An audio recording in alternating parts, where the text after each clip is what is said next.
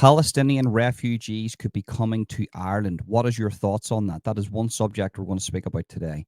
And the alphabet people have another attack on our children.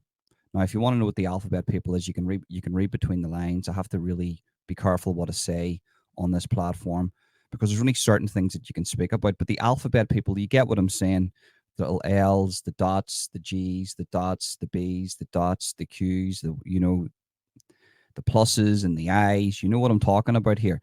But I want you to know if there's anybody from that community, this isn't an attack on you. I'm not saying that everybody affiliated with this is a wronging and they're trying to attack children. I've got friends that are in this group.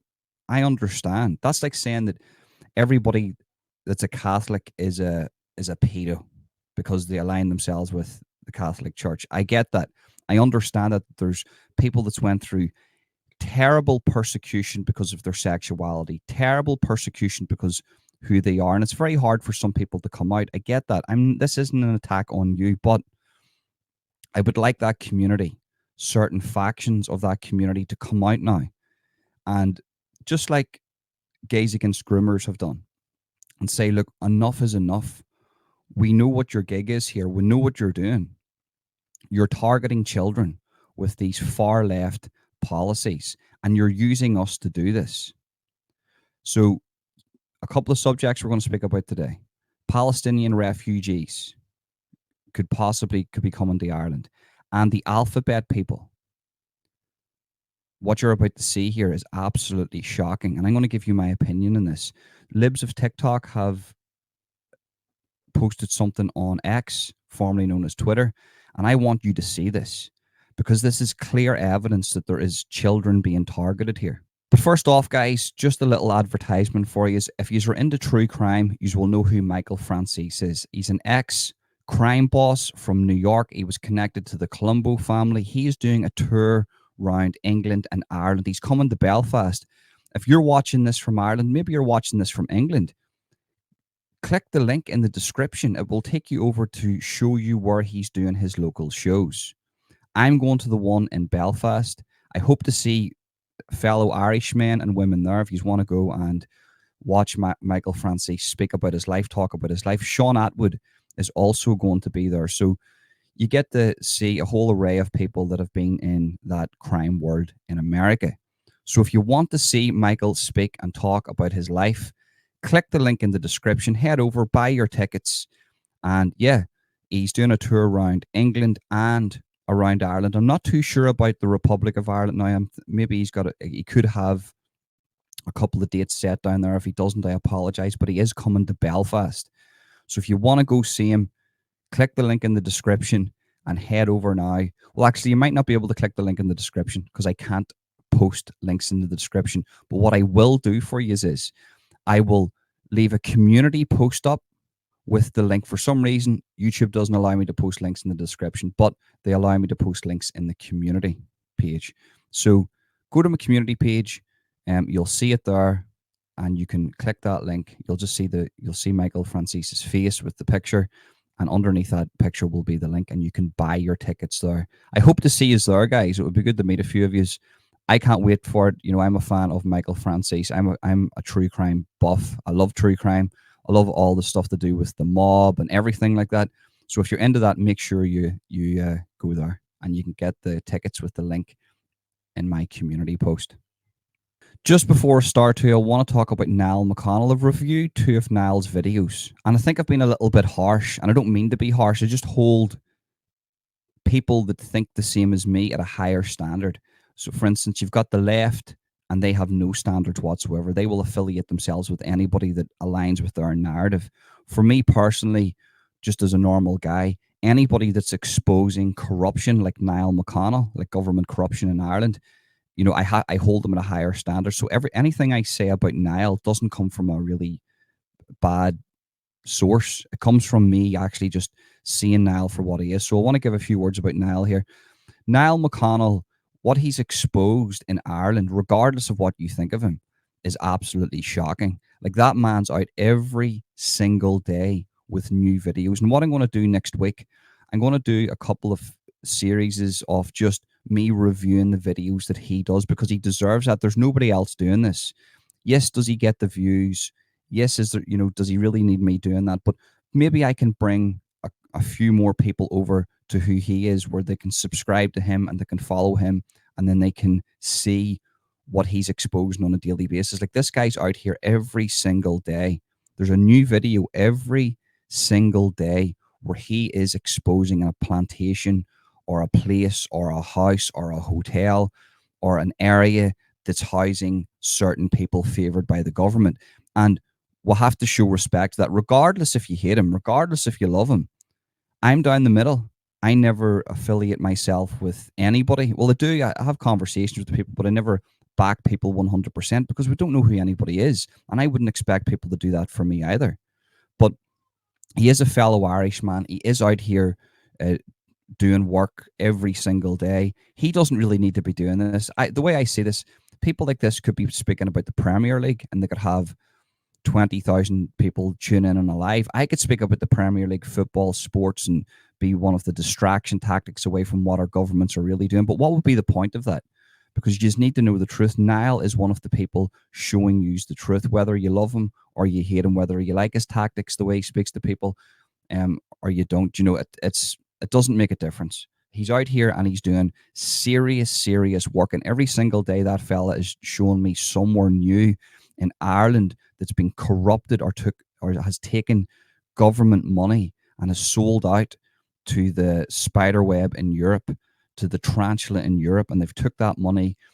They've took the money from the useful idiot Leo Varadkar, and he's exposing that. And he's saying, look, let's put Irish people first, which I totally 100% agree with.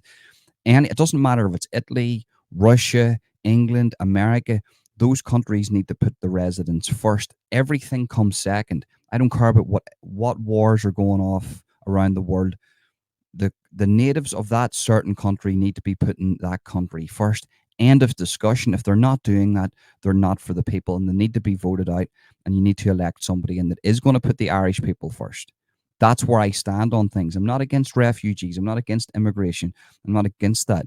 But there needs to be a cap, especially for small places like Ireland. This is just a little island. We're not talking about the United States of America. We're not talking about big continents here. We're talking about little tiny islands like Ireland. And the government in Ireland right now is not putting the Irish people first. So I commend people like Nile McConnell that have went out here and have done the work to expose exactly the locations where they're housing these people. And a lot of these people are coming in here and they're getting clothes, food, money, shelter, and they don't have to worry about the struggles of life. While other people in Ireland, other immigrants in Ireland who have came here legally, are probably homeless. The natives are homeless and they're on the streets and they're not getting any support. As I said, as I done other videos, you've seen where there was old people in Ireland, homeless, living in vans and stuff, living on the street in Ireland. Where's the support for them? Do you know what I mean? Where is the support for them? But Niall is out here doing serious work, and I have to respect him for that. Irish lawyers group calls on government to let Palestinian refugees access measures introduced for Ukrainians. Now, I don't know how you feel about this. So we'll read on and we'll get more details. Fewer than 70 Palestinians have applied for and been granted international protection in Ireland since the start of the war in Gaza last October. Well, let me just highlight this for 2 seconds, right? What's been happening to the Palestinians hasn't just been happening since the kickoff from the war. Palestinians, if anybody knows anything about Gaza, the Gaza Strip, that place has been an open prison for quite some time. So I don't understand. I understand now. Yes, there's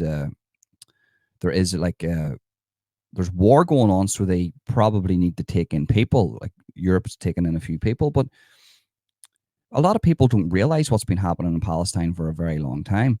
And this is where I come from. I support the Palestinian people. I'm for the Palestinians to live free and no tyrannical system. But that also means to be disconnected from Hamas and disconnected from Israel. Like, people don't realize Hamas is 100% a terrorist organization. They did not have the resources to take on Israel, but they still killed over 1,000 of their people. So you have to question, why would they kill 1,000 Israelis? Why would they kill over 1,000 Israelis if they knew they weren't, and provoke a war and have a war with Israel, a war that they knew they couldn't win? That's terrorism. Like, terrorists come in, blow up an area knowing that they're not going to win the war. They just want to cause destruction. A military attack is an attack where somebody attacks another military base or attacks a country to provoke a war knowing they could win. Right now, Hamas is being devastated. Let's just talk about Hamas. They're being absolutely destroyed. So where I am for the Palestinians to be free, from the river to the sea, Palestine will be free. Okay, great. But to what expense? To exterminating Jewish people? Do we want to go back to the 1940s? Because Hamas's ideology is to completely destroy Israel. Now, that's not going to happen. We can't allow that to happen. And then on that side, you've got the Israelis, who are sociopaths, by the way, who are devastating the civilians in Palestine. North Gaza doesn't exist anymore. So we need to get our priorities straight here. This isn't on sitting on the fence. This is giving you facts. Anybody that's living in New York, anybody from New York will know what the Hasidic Jews are like. I know somebody in New York that runs with his girlfriend, and his girlfriend goes out, and Hasidic Jews spit at his girlfriend. One, because she's Christian, and two, because she is out running, showing skin. So anybody coming out here with an Israeli flag thinking that the Israelis are really, really good people, Hasidic Jews in New York detest anybody that isn't Jewish, and they spit at the feet of women that show skin. So it's like, pick your evil in this one. I'm not saying all Jews are like that, because the majority of Jews are not like that. But realistically, what we're speaking about here is we're talking about, we need to get our priorities straight. A lot of people think, well, I'm siding with the Jewish community because they're not Muslim, and the Jews are they're not for woke culture. Israel and the Jews own most of the media organizations in the West. They've got their fingers in that, and they have been single-handedly promoting woke culture for the past 10 years. It hasn't been the Muslims doing that, it's been the Jews doing that. So we need to know where the source is coming from, and who owns the media. That's who owns the media. So just like you would go to the Middle East, and if you're out with a woman, people might look at her, if she's showing skin, look at her in a bad way. Well, in New York, in a Western country, around Hasidic Jews, they spit at women and spit at Christians. So there is a problem here of regression, in my opinion, in the Jewish community and the Islamic community. Both of these people are regressing back into the Dark Ages. Now, I can say to you that I know that Israel is the only democracy in the Middle East, and it's not a coincidence that was attacked. And Hamas attacked that for that reason. And people say,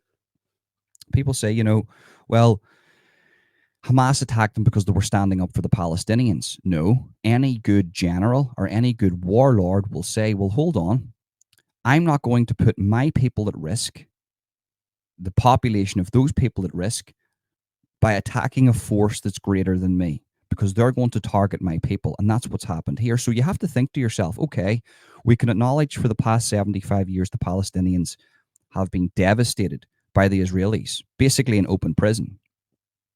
They elect Hamas in mid-2000s. Hamas promised democracy. Within a year, they abolished democracy. And then they start this agenda against Israel. Now, you could think to yourself, would it be more productive for the Palestinians to rise up politically in that field and fight for their rights politically, or elect Hamas? Well, they needed a military, so that's why they elected Hamas, because they thought Hamas were going to stick up for them. But Hamas are just as much as the culprits as Israel here, because if Hamas hadn't done what they done, this wouldn't be going on. So Hamas is a terrorist organization, and the Israelis have been disgusting to the Palestinians.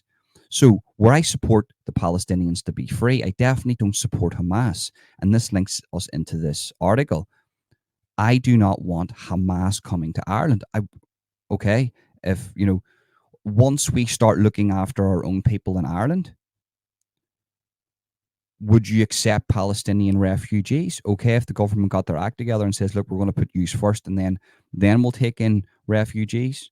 Okay. There doesn't seem to be a lot of them, so it's not going to make a great difference. It's not like the Leo Varadkar's men that he's taken from Africa, droves of young fighting fit men armed with a dangerous ideology. We're told it's women and children, but it's not coming in every day. It's not those people. There's probably just a few of them. So could we accept them? Okay, we probably could. But who are these people? Is it Hamas? Because once again, we need to know who Hamas is. Hamas is an Islamic military. They live by that strict code, and a lot of them are for Sharia law. I don't want that in Ireland. So where I accept the Palestinian refugees, I don't want any Hamas people, military, coming in with them. Because let's face it, Ireland is for all. We're for diversity. We're for equality. There's a lot of Jewish people that reside in Ireland. There's a lot of Jewish people that reside in Ireland that don't side with the war between Palestine and Israel. The Hamas and Israel. There's Palestinians dying in the middle needlessly. The average age in Palestine is 19 years of age. 19 years of age. So that's my standpoint on it. That's, I don't want terrorists coming into the country. Ireland has been through that. We've been there, bought the t-shirt, and we never want to go back to that place ever again.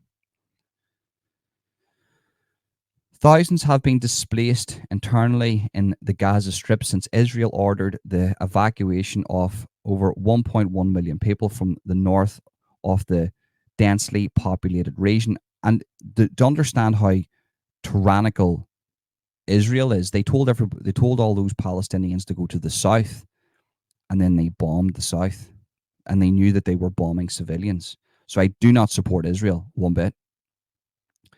The Department of Justice said 75 of the applications last year were made before the Hamas attack on Israel on October 7th. Pardon me.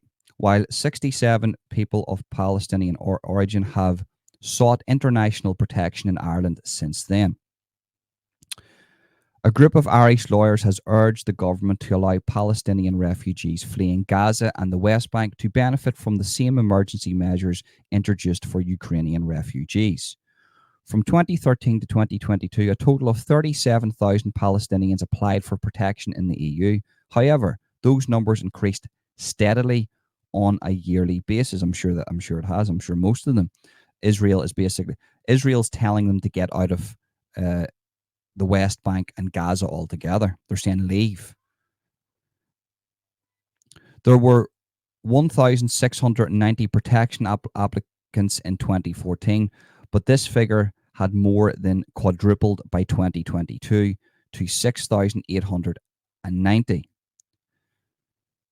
A Department of Justice spokesperson said, "We will progress any new applications speedily and sympathetically. This also refers to claims for international protection. The department is acutely aware of the grave humanitarian crisis and is working closely with colleagues in the Department of Foreign Affairs to ensure a coordinated national response to the volatile and involving situation." And it is volatile, guys. Like you need to know that it's very, very volatile. Israelis are actively attacking civilians. There's Christians in that too. There's Muslims in that too. You need to know this. Israel is actively. I'm not for all the Hamas supporters. I do not support Hamas because I think they are 50% of the blame for this situation, and they need to be questioned. Why did you provoke this attack? But do you know what I mean? But I do not support Hamas. But Israel is actively targeting civilians in Palestine and the West Bank here. It is absolutely disgusting. And the average age is 19, which means there's babies getting blown to pieces. And I can't support that. I can't support that.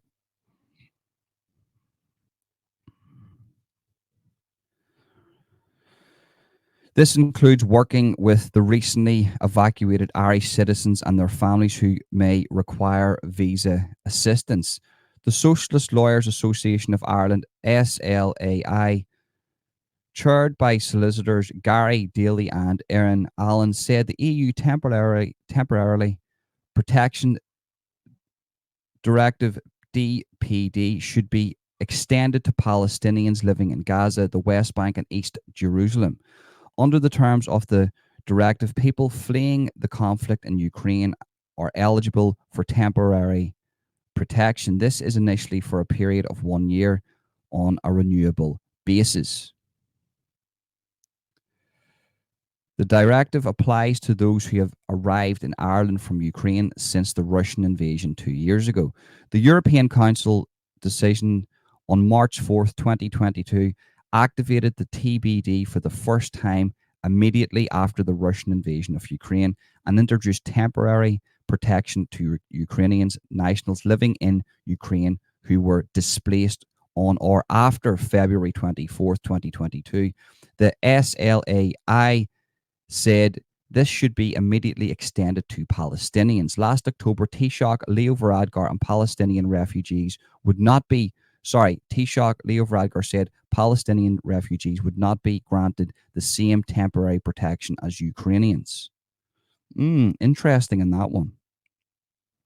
Why does Leo favour the Ukrainians and not the Palestinians? I think Ukraine is a different category, he said. It's a European country, it's an EU candidate state, and we've given it a special recognition by granting temporary protection, expanding on why he thinks Palestine is different.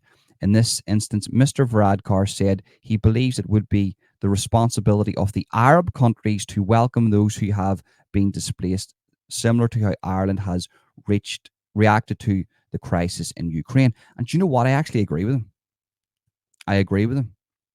I agree with Leo Varadkar. There you go, guys. I agree with Leo Varadkar. Why are the Arab countries surrounding Palestine not taking in the Palestinians? And here's one for you. I've done another video. There is 2.5 Palestinians living in Jordan that are living under like tyrannical rule that nobody hears about. That's for a different story. I've done a video on that already. Nobody speaks about that. Why? So I agree with Leo. What's the deal with the Arab countries not taking the Palestinian people in? Sure, most of them are Muslims. So would a Muslim country not come in there and help them? It seems like, and this is just my opinion now, and Leo Varadkar's basically just hinted at that. He's basically saying there, look, my masters put pressure on me to take in Ukrainian refugees. Nobody is putting pressure on me to take Palestinian refugees, so I'm not going to do that. That's what he means by that, by the way. But I agree with him, regardless of why he's doing it. So you've got Palestinian refugees who need refuge, and the Arab countries around them aren't taking them in. Why is that? Why are they not taking them in? It seems like the Western countries always take the brunt of the refugees, while these rich Muslim countries, Islamic countries, Arab countries just are like, no, we're not doing it. Why is that? Why is that? Do you know what I mean? It's absolutely disgusting. But I hope you understand my viewpoint in that. I'm not against refugees, but I'm definitely for putting the Irish people first. We're not putting the Irish people first here, and Ireland is a small country. Ireland, the Irish people have to come before everybody else. The American people, the American government has to put their people first. The Italian government needs to put their people first. Right now, in these European countries, we're putting everybody else first and our own people last. And we can't be doing that. So where I sympathize with the Palestinians, and that should not be happening, and I recognize what Israel is doing to them is really, really bad. And I can also recognize that Hamas is also a terrorist organization that does not look out for its own people, the Palestinians. We need to put our people first. And there's many other countries surrounding them that can take them in. Why are they not doing that? So yeah, I agree with Leo Varadkar. We came over to X, guys, and I'm going to do the story on the alphabet people and the further attack on children. Now, this is an American story, but I've seen this here. This is a bit of breaking news here for you. So there is breaking: jailed Russian opposition leader Alexei Navalny is dead. The prison service of the Yamalo Nedets, I don't know how to say that region, where he had been serving his sentence, said So this is an article. So the opposition leader of anybody that opposes Putin just gets taken out. Thought you might want to see that, but we're not here to talk about that. We're here to talk about something else, right? And I want you to see this because this, to me, this is shocking, right? Not shocking. I'm not shocked anymore. This here article here. So I put up, do not tell me this is normal. This is a certain word, and it's a definite attack on children. A crazy conspiracy theorist might say this is an agenda, right? So if we come over to the article, right? Let me just click on this article. So look at the right hand side there. I'm trying to get this up full screen here.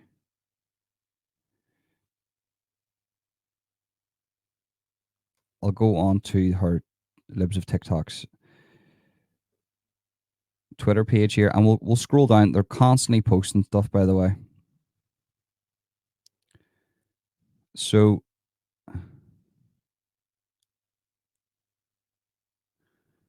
let's see. I should get this up now.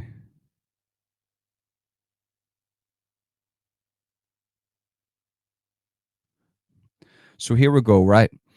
Non-profit teamed up with a health service organization, Foundry Ridge, and then they've added that if you want to go over and check this out, to invite LGBTQ 12-year-olds to a queer art party.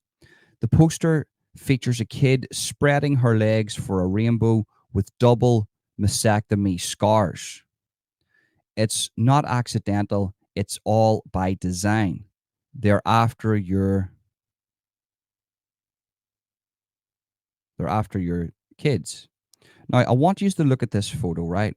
Now, this is from non-profit teamed up with health service organization Foundry Ridge to invite LGBTQ 12-year-olds to a queer art party. So this is targeting 12-year-old children to come to a queer art party. I've never heard anything like this before in my life, but it's the artwork that's going to get me here. So look at this. Look at this artwork. So you've got this. So queer art party, February 5th at 3:35 p.m. ages 12 to 24. Drop in, and it's this picture here at the bottom left where it looks like it's a young girl with a rainbow. I have to be very careful with my words here, in the middle of her, you know what, right? That's a red flag. But then it's got the scars, the scars of the transition. Do you understand what I'm saying there? Why is this allowed? So a lot of people will say, well, you're a Catholic, Ronan. You're a Catholic, and the Catholic Church done terrible things to children. Yes, but it was people like me that called the Catholic Church out. So I didn't accept that there was priests in the Catholic Church that were doing terrible things to children. As a Catholic, I couldn't have that. I'm sure Protestants would be the same. Buddhists would be the same. But why is there an organization I call the Alphabet People so silent on what's happening here? Yes, you've got organizations like Gays Against Groomers who out this stuff all the time, so I commend them for doing that. But why is this allowed? Because not at least, because it's still disgusting, but at least when it came to other organizations like the Catholic Church that were doing this, they tried to keep that a secret because they knew it was wrong. They understood that the people of the Catholic Church would not accept that. But in this organization, they're slow dripping this into the public domain, and they're actually actively showing you what they are. This here. That to me is a pedophilic poster. That is and look at the age group from 12 to 24. So queer art party. Whenever have you ever seen an age group from 12 to 24? First off, they shouldn't be calling it a queer art party. It's an art party. Simple as that. Queer. To add queer to that, you've now given me a red flag.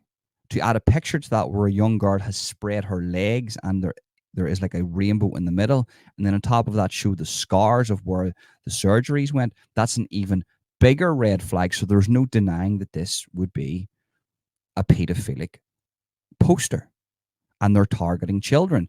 And then on top of that, you've got the age group, and from 16 to 7, from 16 to 5. Do you know what I mean? Children. Why should a 24-year-old be around a 12-year-old at an art party? So if I'm 24 years of age, I can go to an art party, a queer art party, and sit beside a 12-year-old, completely unvetted, and nobody cares who I am. Do you get what I'm saying? So this is 100% an attack on children. And there's another thing I want you to see here, right? Because the libs of TikTok, they do some serious, serious work. So breaking, Callie Coomer, the volunteers manager at the National MS Society, who forced a 90-year-old volunteer to step down over pronoun usage, just deleted her LinkedIn account. She's trying to run away from this. So this is crazy, man. So look, I want you to watch this here, right? So actually, we'll go back, right? This lady here, right? And this happens in Ireland too. This is diversity, guys. This is in the pursuit of diversity. So look at this here, right? So this is the lady here, right? That's her face. Callie Coomer, passionate volunteer and community engagement manager, accomplished non-profit professional, right? Now she's deleted this. She's deleted her LinkedIn since then. But wait till you see what she done. So I have to go a bit closer for this. So just give me a second. I hope this email finds you well. We appreciate your dedication and contribution as a self-help group leader with our organization. As we discussed earlier during our phone conversation, after a thorough review of our guidelines and standards, it has come to our attention that there has been a failure to abide by our diversity, equality, and inclusion guidelines during your time as a volunteer. Unfortunately, based on the situation, we have made a difficult decision to have you step down from your volunteer position, effective immediately. Right? And then we'll not read anymore. You can go read this yourself. And then look, Callie Coomer, manager, community engagement, she, her. So let's speak about this, right? Let's speak about diversity. This is happening in Ireland too, guys. This is literally happening in schools in Ireland too. That lady sacked a 90-year-old volunteer because the 90-year-old wasn't diverse enough, because the 90-year-old didn't understand what pronouns were, because the 90-year-old didn't understand anything of the things that they've constructed. The alphabet people have constructed, the wokesters have constructed today and thrown upon us. And they sent that letter to a 90-year-old volunteer who's probably been volunteering through multiple different communities all their life. And because now this has been exposed, they've deleted their LinkedIn. Think about that. Imagine that was your granny. Imagine that was your mum. Imagine that was somebody that you knew that put in hard graft. 90 years of age. I'm sure that person was around during the war. I'm sure that person was around through very, very tough times in America that actually did go through equality persecution. And now you've got this. This 90-year-old person didn't know what pronouns were. Sack that person. Do you get what I'm saying? Sack that person for not knowing what pronouns are. Come on, like, what are we doing here? And this is in Ireland too, folks. People say, well, this is an American thing. It's not. This is in Ireland too, because they have these diversity quotas all over the place, all over the West. If you're speaking about America, you're speaking about Ireland. You're speaking about Ireland, you're speaking about Britain. It's, if you're speaking about Britain, you're speaking about France. It's these diversity quotas that's absolutely killing it. And in their pursuit for diversity, what they're actually doing is they're being racist. They're actually being racist because there is open racism today. You can be openly racist to white straight males. You can be openly racist to white women. And it's, I mean, what are we doing here? I'm hearing of schools putting in cat litter boxes. The teachers have to, if you don't call the student by the preferred pronoun, they could sue you. What world are we living in? This is literally clown world. What are we doing here? A 90-year-old woman in the West was sacked, not because they were racist, not because they were bigots, because they didn't understand what pronouns were. They didn't meet the diversity standards, the equality standards. Think about that. The person who done that should be sacked immediately. Anybody that's involved in any woke business in any company should be sacked immediately, because those people have a biasness in them. And we don't want that. We don't want to be near these people. Wokeness is a disease, and it's actually actively killing the West. It's killing businesses. Look what it nearly done to Bud Light. What was Bud Light thinking? And they've never recovered from that, by the way. And they never will, because once you do it, people know what you think, and that's it. Crazy stuff, guys. Listen, that's the end of the video for today. Have a fantastic weekend. I'll see you on Monday. Remember, if you want to go to the Michael Franzese talk, the ex mob boss from New York, you want to see the show in Belfast, click the link in my community post, because I can't put links in the description.